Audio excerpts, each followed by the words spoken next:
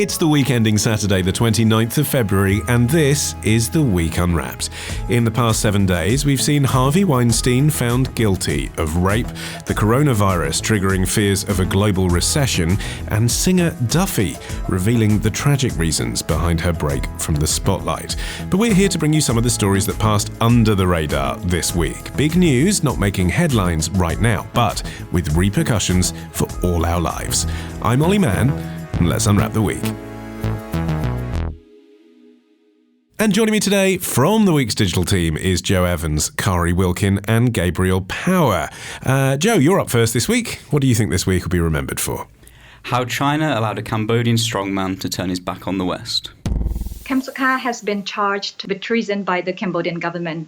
The charge is beyond ridiculous. It's a full circus, and it shows the current regime has no interest in how their audience would perceive it. At least in the past, this regime pretend to care about pretend to somewhat keep some sort of a facade of democracy. But I think that's been over. Even the fake democracy has ended since the arrest of Kem Sokha. That was Monovitha Kem speaking to the Washington Post. Joe, what's the story? So this week, the Cambodian Prime Minister Hun Sen has said that he will not release the country's former opposition leader, Kem Sokha, in order to retain its everything but arms trading deal with the EU. The everything but arms trading deal is basically a preferential trading agreement for developing economies that gives them duty-free access to the EU single market. The EU have taken this away from Cambodia, citing serious concerns about human rights violations, but it doesn't seem to be changing the PM's approach to anything. Okay, let's go through every element of that a bit more slowly, because to most people listening to this, they won't be familiar with this story. So we're in Cambodia. The president, Hun Sen, how long's he been the president? He's been the president since around the mid-80s, with a sort of small interim period in which he was sort of co-president, and then he sort of took power back again in the sort of mid-90s. Okay, so he's one of these guys that has elections, but the people who stand up against him end up in prison, and one of these guys is Kem Sokha. Why is he in prison? He was first put in jail for a period of time, and then was actually released from jail and then put into house arrest. He's basically been accused of treason due to a video in which he basically suggested that the US was helping him plan to oust Hun Sen from power. And is that completely groundless, or do you think there is something there? I mean, he was the opposition leader, and obviously the US would rather that probably the President Hun Sen wasn't the president anymore. So there possibly is grounds for suggesting that it's true. I mean, whether or not the US is actually so interested that it's going to sort of back a sort of power grab is probably not true. As you kind of heard from the clip, Kem Sokha's supporters think that it's completely baseless. He is sort of a very peripheral political player himself. He's been around since sort of the late 90s, when he was kind of part of political parties, and then he founded a Human Rights Watch. But it's widely suggested that it's kind of a trumped-up charge. And Kari, Amnesty International are saying that Kem Sokha shouldn't be on trial as well. Yeah, this video, in fact, despite how it's being presented by the regime, it actually sounds reasonably innocent, in the sense that it's an old video, I believe, from about 2013, which showed him at a seminar in Australia where he spoke about receiving advice from US pro-democracy groups, and he was arrested years afterwards, even though this video had been in the public domain for a long time. So it does sound very trumped up. The European Commission began reviewing the kingdom's status, not only because of these alleged human rights abuses, but also after the ruling party won a 2018 election, claiming all 125 seats in the National Assembly. So clearly they did this after having banned Sokha's political party the year before, basically getting rid of the only credible opposition to the government. So all of this, it's fairly clear what's going on here. And so, Joe, what's the thing that you were saying has happened this week, something about the EU? So the EU in early February revoked Cambodia's everything but arms status. As I said at the beginning, they kind of cited systematic human rights abuses in Cambodia as the reason that they were reviewing that arrangement. And so the suggestion from the EU is release this guy and we'll have better trade again. So the most obvious kind of example of a human rights abuse in Cambodia right now is the kind of potentially trumped up prosecution of the main opposition leader on treason charges. There are others, but it's been suggested that basically if Hun Sen was to allow Sokha to go, if he was to sort of allow this to sort of be brushed under the carpet slightly, that the EU may consider the EBA arrangements again. And Gabriel, I guess a lot of people just don't really realise that this stuff diplomatically is happening behind the scenes, that organisations like the EU, Western trade organisations, put political pressure onto countries like Cambodia through trade. The EBA agreement extends to a number of countries, and the EU have recently put sanctions or restrictions on the agreements that they have with Bangladesh and Myanmar. Myanmar, obviously, for the alleged genocide that's going on there, and Bangladesh for human rights abuses relating to, its textile industry and things like that. So it is clear that, obviously, the EU does want to kind of influence policy abroad from that kind of perspective. But I feel like the extent to which they can do it is limited if they are afraid that Cambodia will willingly turn to China if trade is cut short, because China has been investing so much in Cambodia recently, like everything from, infrastructure to schools to roads to everything. Yeah, I read somewhere that China's pumped about $12.6 billion into the Cambodian economy in the past 25 years. So there are really strong trading links between the two countries, and they've really aligned themselves basically against the West, because many other Southeast Asian nations, including Vietnam and the Philippines, have sort of bolstered their ties with the US. So there's a real drawing of lines here about who's taking which side, which is why perhaps these EU sanctions aren't going to prove, even if they do continue to exclude Cambodia from this trade deal, it may not prove to be that effective, because Beijing's already promised that it will help if the EU does remove this status permanently. That's a reason why Cambodia might not care too much about pressure from the EU. Is that a reason why the EU has made a poor move here? Not really, because the EU doesn't rely on Cambodia, do they? Presumably this whole trade deal is to help bolster poorer countries in the first place. I think in this scenario, the EU is looking to not necessarily make an example of Cambodia, but to make more of a political statement than any sort of, like they can't turn around to Bangladesh, which has very poor rights for workers in factories, and sanction them, but not do the same for Cambodia, or not be seen to be doing the same, even if it's not that effective. Is there really any problem with the EU having reduced trade with Cambodia for the EU? It's all a problem for Cambodia, no? It definitely is all of a problem for Cambodia, but I don't think necessarily that's the sort of takeaway from what's happening here. We shouldn't necessarily be worrying about sort of EU's trade links with Cambodia. What we should really be thinking about is the way that this reflects on the EU's basically inability to influence governments and influence human rights abuses in areas like Southeast Asia. It's also been seen in sort of sub-Saharan Africa, where China's poured billions and billions of dollars in terms of investment in this sort of attempt to rebuild the old Silk Road that Xi Jinping has become sort of slightly fixated with. So Gabriel's right, this is really a story about the growing influence of China. It's a story about the growing influence of China and how the massive Chinese investment in places like Southeast Asia and sub-Saharan Africa are basically allowing people in those regions who don't have quite the same regard for human rights as, say, Western European countries do, to turn their backs on sort of trade links and turn their backs on anything that might pressure them into changing their behaviour. I think possibly there's also the risk that the EU could be accused of hypocrisy, because, it's all very well to talk about human rights abuses and so on, but EU is currently the main purchaser of Cambodia's exports, and those are primarily garment and footwear products. Now, we've all heard about the sweatshop products that mean we can buy, cheap T-shirts on the high street. So it's all very well to talk about human rights abuses, but if we're buying these products that are produced in these terrible conditions, then I think you do leave yourself open to those accusations. Joe? The hypocrisy point is a really interesting one, especially in relation to human rights in Cambodia. There's a very famous Hun Sen quote where he said there's no international standards except in sport, when he was questioned about human rights abuses in Cambodia. The point Hun Sen is making is that throughout the 1980s, when he first sort of rose to political prominence, the US, Britain, and lots of other European countries, as well as Britain, basically continued to acknowledge the legitimacy of the Khmer Rouge, who had committed a genocide in the late 70s in Cambodia. They held on to their UN seat until the early 1990s because Western countries basically refused to condemn them. Hun Sen, now quite kind of, not rightly, but you can see where he's coming from, turns around quite often when he's lecturing on human rights abuses and says to Western countries, well, where were you? And it makes it very difficult, basically, to lecture or to try to change Hun Sen's behaviour, because Western governments, frankly, did fail Cambodia for a long, long, long time. And journalism as well is very restricted there, isn't it, Gabriel? I saw that Reuters were the only agency that were covering this trial from inside the country, and they weren't allowed within a certain distance of the courtroom, according to their journalist on Twitter. Yeah, that is true. So it has a long problem with the repression of free speech and journalism and opposition leaders in Parliament. And I mean, the thing that really sums up the current situation that has prompted the EU to review its EBA is the fact that not only did Hun Sen's ruling party have a clean sweep at the 2018 elections, but some opinion polls said that Kem Sokha's party, the Cambodian National Rescue Party is their name, were on course to win that election and take power from him, which would have been quite something. So it's clearly, he's clearly cracking down on civil liberties more than ever before and not really taking any sort of criticism as a result of it. The other thing, about textile workers in Cambodia is that even the European Parliament in its report on the EBA says if we impose too heavy sanctions on Cambodia, then we're going to destroy the livelihoods of hundreds of thousands of textile workers, mostly women in Cambodia.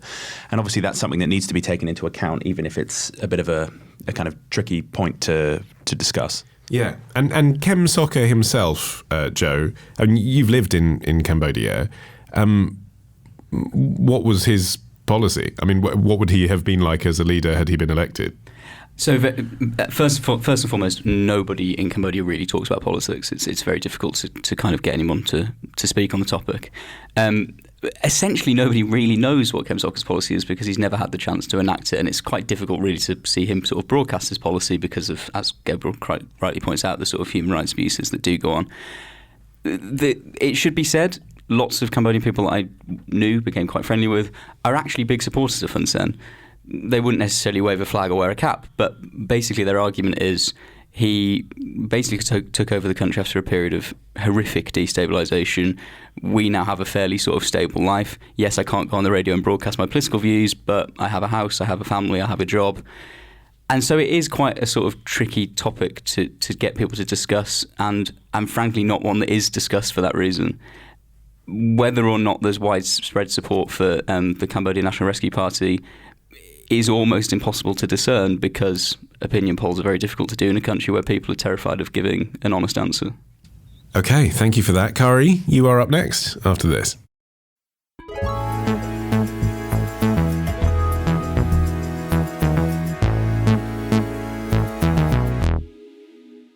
Okay, Kari, your turn. What do you think this week will be remembered for? What the fork is this swearing ban bullshit? He said, skank off, you clothing cuck. You're all a load of shoat-bag fuskers. So prunk that up your prime ministering pimhole. And what did you say to that? I told him to mind his language, my lad. A clip from the BBC's A Bit of Fry and Laurie. Kari, why that clip? I just think it raises some interesting questions about swearing and the power of swearing and why swearing works and really whether it's about the word itself or the intent behind it. I think that clip very clearly illustrates that it's not the actual word. And why I chose that clip for my topic is because the US state of Virginia is set to repeal an ancient law that dates back to 1792 that prohibits profanity in public. So at the moment, it's a class 4 misdemeanor that carries a fine of up to $250. And the bill to repeal this law has just passed the state Senate and now just needs to be signed off by the Democratic governor of the state. And this ties into a growing trend within Britain by local councils and local cities to ban swearing. A Freedom of Information request last year found that 15 councils banned swearing or foul language in public in the year and a half up until January 2019. Okay, but that doesn't sound like it does tie in. It sounds like in America they're becoming more liberal and in the UK we're clamping down on it. Exactly, in America it is. In fact, the Virginia law was actually went against America's First Amendment rights. In 1971 there was a court case where a judge ruled that it was okay for a teenager to wear a "fuck the draft" slogan jacket in a courthouse. He was dragged up before the court, and the judge ruled that actually one man's vulgarity is another's lyric, is how he put it.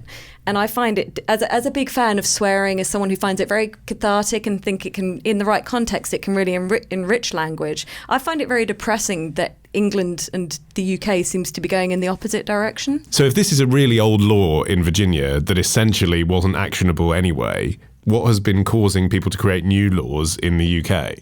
I think it's certainly what's paved the way is public space protection orders, which were introduced under the Antisocial Behaviour, Crime and Policing Act of 2014 to tackle antisocial behaviour in public places. And these orders often state that foul language is prohibited when it causes harassment, alarm and distress. And certainly I think, of course, the authorities should be cracking down on that. But I think it's backwards to say to target the language. I think it's all about the intent behind the language. I mean, of course it's different, isn't it? If you've got a poster up in a coffee shop saying, try our excellent fucking coffee, that is different to someone shouting at someone across the street, fuck you. That's obviously an abusive context versus a humorous context.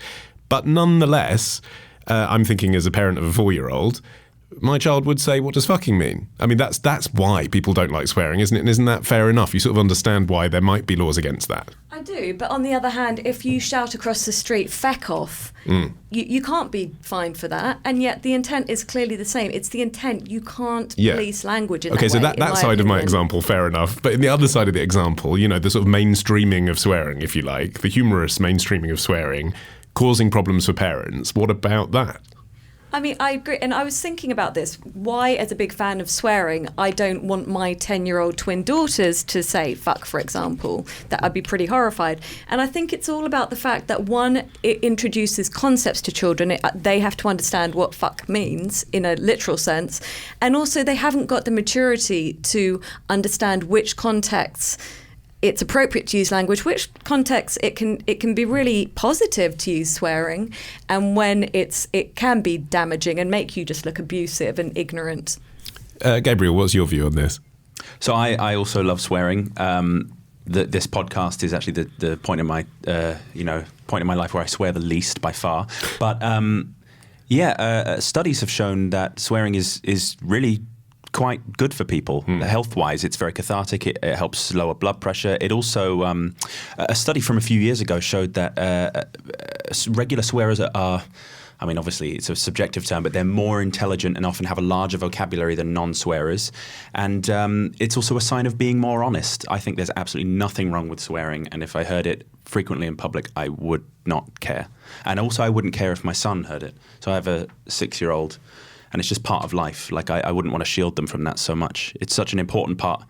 I don't know, I don't want to define myself. But again, context is important, isn't it? And formality is important, isn't it, Joe? So, like, here we are on a podcast.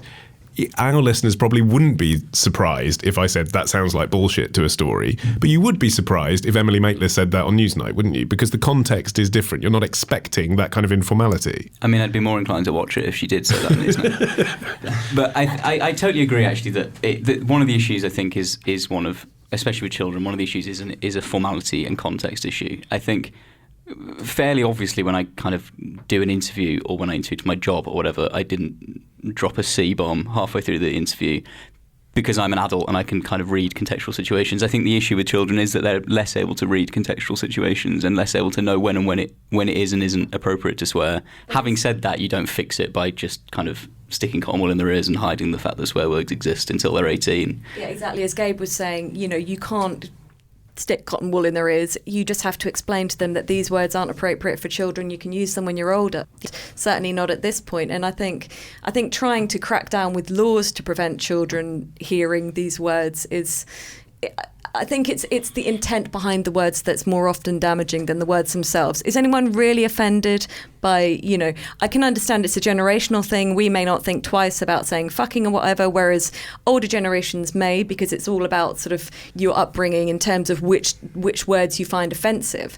But at the same time, is anyone really that damaged by hearing a word? Well, okay, I asked you why this spike in laws has come through, and I don't think you really said. What is the reason? Why is this happening? Well, I think it became possible through public space protection orders. But in fact, there's been a big backlash against these bans. Salford Council last summer dropped a ban that was introduced in 2016 in Salford Keys, which is the northern home of the BBC and the ITV. I don't know if there's a connection.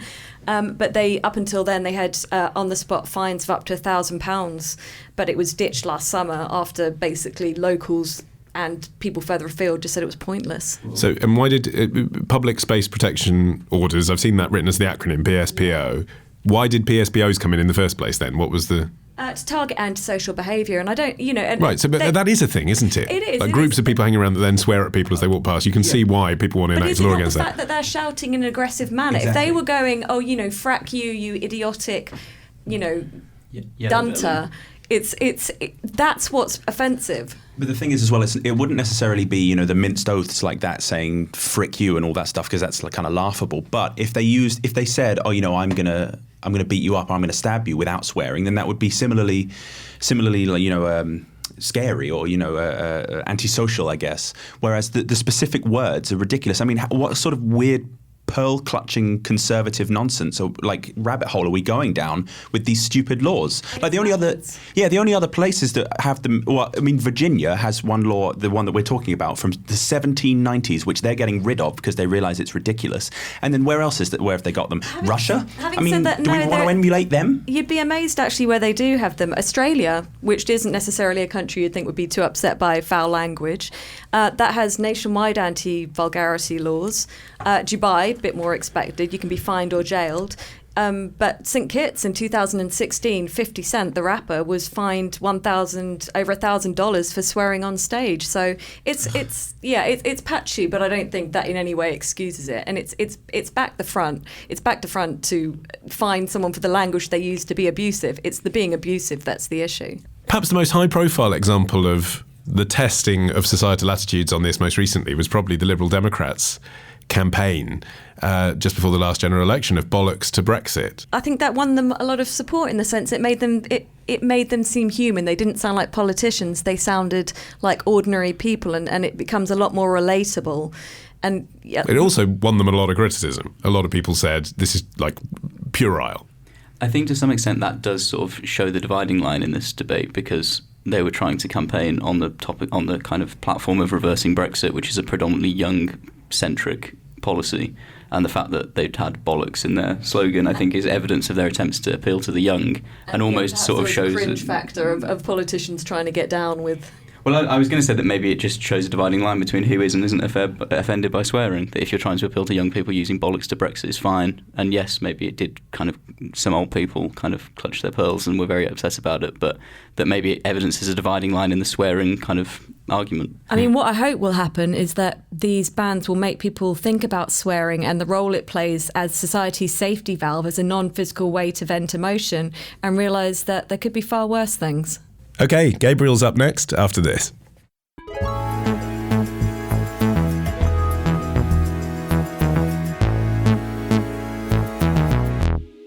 Gabriel, your turn. What do you think this week should be remembered for? Game of Thrones has got nothing on Lesotho. There is something fishy when you look at the whole thing. Your wife dies this month, 2 months later, then you are married to another wife. Then, it certainly raises eyebrows. I do not want to make a conclusion on this case. I want the police, to do their investigations. But something is not right. Why did he marry just after 2 months? Political science lecturer Dr. Charles Moyo speaking on the Weekly Africa Report podcast. Gabriel, what was he talking about? Well, he is talking about one of the strangest news stories currently active at the moment. As many listeners might have seen, the Prime Minister of Lesotho, the tiny African nation surrounded on all sides by South Africa, Thomas Thabane, has landed himself in court facing allegations that he had his estranged wife murdered in 2017, which on its own is a rather unusual story. But the saga that has led up to this point has been full of, rivalries and lies and people fleeing the country, and it's an incredible story that has just unfolded in the most bizarre way. It is like a kind of Netflix documentary. Okay, give us the précis. Okay. Give us the elevator pitch for the documentary. Right, so it starts in 2017. It does start, well, kind of. So we're going to start in 2017. So in 2017, the First Lady of Lesotho, Tipolelo Thabane, was shot several times while in her car in the capital of Maseru. Just 2 days before Thomas Thabane took power for a second non-consecutive term, having also served between 2012 and 2015. But despite becoming First Lady during this first term, Tipolelo and Thomas actually began living separately in 2012, meaning that she spent his first term with all the perks that a First Lady would have, chauffeur and government house and security detail and things like that. And so then what happened was Thomas Thabane started living with Mayazaya Thabane, who obviously later became his wife, but at the time wasn't, because he and Tipolelo had begun very, very complicated divorce proceedings. It was common knowledge that they were living together at this point. But Tipolelo was refusing to divorce him, Thomas Thabane, and kind of unless she could retain her rights as First Lady. And so she wanted to be First Lady but not married to him? Yes, I believe so. I believe you hold on to those onto those privileges for life in that regard. But the problem was that when Thomas Thabane wanted to then marry Mayazaya Thabane, as she's now known, she wouldn't have been able to have access to those rights. So then when it looked like in 2017 Thomas Thabane might retake power following the fall of the previous government, they were obviously upset, and there was this kind of very public and bitter feud that developed between Mayazaya and Tipolelo about who got the rights to the First Lady privileges and all that stuff. And then suddenly, 2 days before Thomas Thabane's re-inauguration to the role, she's murdered. And at close range. At close range by what seemed to be hitmen, and the other person in the car was also injured, but then fled the country. So if he did do that, if he did order that, which does, I mean, I can see, just anecdotally hearing the story would be the thing most people would conclude. It was a bit clumsy of him, wasn't it? Oh, it was very, very clumsy. So there were a number of. So he immediately married Mayazaya afterwards, and then she became First Lady. She's very unpopular in the country. She's seen as like meddling in politics and stuff. So it appears that if it did happen, if they both orchestrated the murder of Tipolelo, it appears to be a kind of power grab by Mayazaya. Okay, I'm just going to interrupt the sort of breathless gossip coming over from Gabriel at the moment. Sorry. Kari, have you been following the court case? Because the thing that seemed to happen this week was he didn't turn up in court. We should probably explain why he's in court in the first place. It wasn't just circumstantial evidence that his ex-wife or estranged wife was murdered. This case was brought back into the spotlight last month when a letter emerged in relation to a completely separate case from Lesotho's police chief, which he had sent to Thabane, basically asking him to explain why communication records showed that someone at the murder scene had called his mobile phone on the day of the crime. So, if you're talking about clumsy, that's extremely amateurish, you would say. Perhaps even just indicates a level of arrogance that he didn't even try to cover his tracks, essentially. So this then sparked an investigation which first resulted in the new First Lady being arrested, or at least an arrest warrant issued for her. She fled the country, came back. In the meantime, the Prime Minister is being investigated, and that all resulted in this case. He was due to appear in court last week, but left the country a few hours before the case was due to be heard to go to South Africa. It sounds ridiculous. And then his aide said, oh no, he had a medical checkup. He then came back and appeared in court on Monday. Don't want to reschedule those, do you? No. Get the letter through the door. Very difficult. You have to turn up, doesn't matter what else you're doing that day. Trial for murder. Yeah, he then turned up in court on Monday and tried to claim immunity, saying, look, I'm the Prime Minister, you can't prosecute me, no way.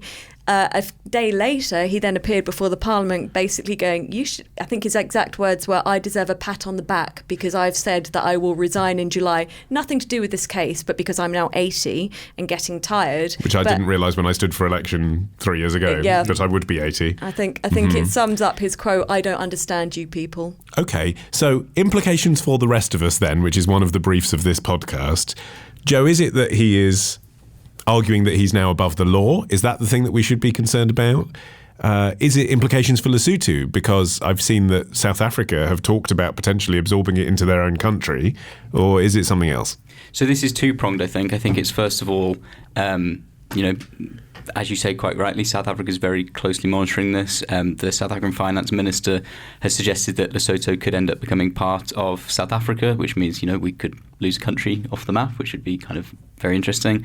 It's also to some degree a test of the justice system in Lesotho. I was on this podcast a couple of weeks ago and we talked about Malawi annulling their election results and how that was a kind of big test for African judiciaries.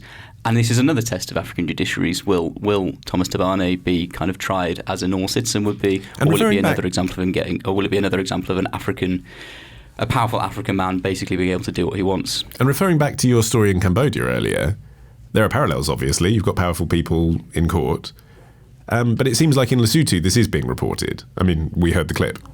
It has been reported, and especially kind of reported by news organisations that have got big international arms. The Economist mentioned it, and CNN have mentioned it a few times.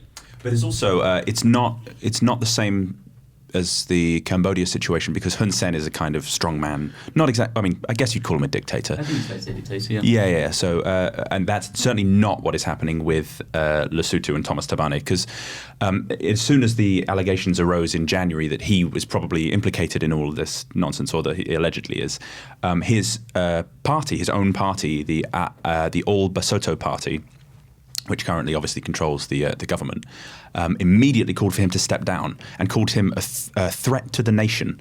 So they don't like him, and the public don't like him, and it's not quite the same situation where it is like there's a crackdown on dissent, and it's a kind of wielding, it's Thabane wielding power, saying, nobody can challenge me. He's just really kind of fudged this whole thing, and he's now paying the price for it. But at the same time, it could be a threat to the nation, because it could split this party, which is going to cause further political chaos. This week, the vice leader of the party suggested that the party chair could take over, but experts are already saying that rivals within the party are going to contest this. It could cause even more political chaos in this country, which is one of the least developed countries in southern Africa, where nearly half of the 3 million residents live in poverty. On the fact that it's such a poor country, I appreciate geographically there's an element of land grab, but actually why would South Africa want Lesotho? There's a lot of poor people there. It's a problem for them, isn't it? That's exactly it. So the person who said this in South Africa was the finance minister, Tito Mboweni, and he apparently has a reputation for being kind of shock jock. He likes to say things that kind of really get people, get tabloids moving.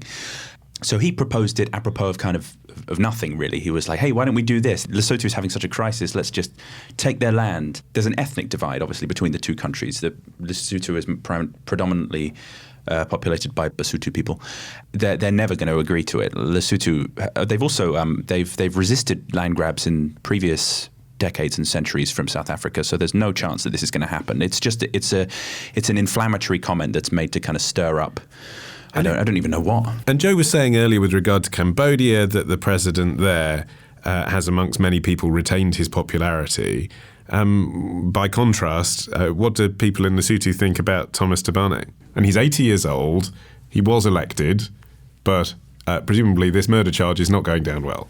Opinion on him is mixed. So obviously he has his own party going against him, and they want to replace him with the chair, the brilliantly named Samuel Rapapa. But if you look at documentaries online, you will see them go and do vox pops in the street, and they will find a number of people who still express their support for him. And when asked why, it's not a case of like, oh, I don't think this is true. It's more of a kind of like, oh, let's just not bother with it. This was a long time ago. It doesn't really matter. We've moved on. Highest murder rates in the world. Exactly. So perhaps it has less shock value, if you can say that, than it would perhaps in other countries. And that's initially what we thought happened. So Tipolelo Thabane was murdered, and immediately for like 3 years, people were going, oh, it's just, part of that old Lesotho crime wave, she's just collateral damage for a drug deal gone wrong or something like that. And so the fact that if you're like an ardent supporter of him, suddenly out of nowhere, this letter is published by the police, it's kind of understandable that you might not turn on him immediately. Obviously, if evidence manifests that shows that he did have his wife murdered, I have a feeling that might change. Crystal ball time then. Can someone just finish us off by saying what they think is actually going to happen? I think he's going to be convicted. In his absence. He won't turn up in court, but he'll be convicted. He might turn up in court. You never know. It seems at the moment they're just delaying with all this immunity appeal stuff. I hate to be pessimistic, but I would imagine he will just be replaced with someone who is equally corrupt, but maybe will be a bit more clever about not getting caught. And there's a tease for a future edition of The Week Unwrapped. I'm sure we'll be talking about that individual, whoever they are. My thanks to Kari, Wilkin, Joe Evans and Gabriel Power. Don't forget to subscribe to our podcast. Just search for The Week Unwrapped on your app of choice and then hit subscribe. I've been Olly Mann. Our music is by Tom Morby, the producer Sarah Miles at Rethink Audio. Until we meet again to unwrap next week. Bye-bye.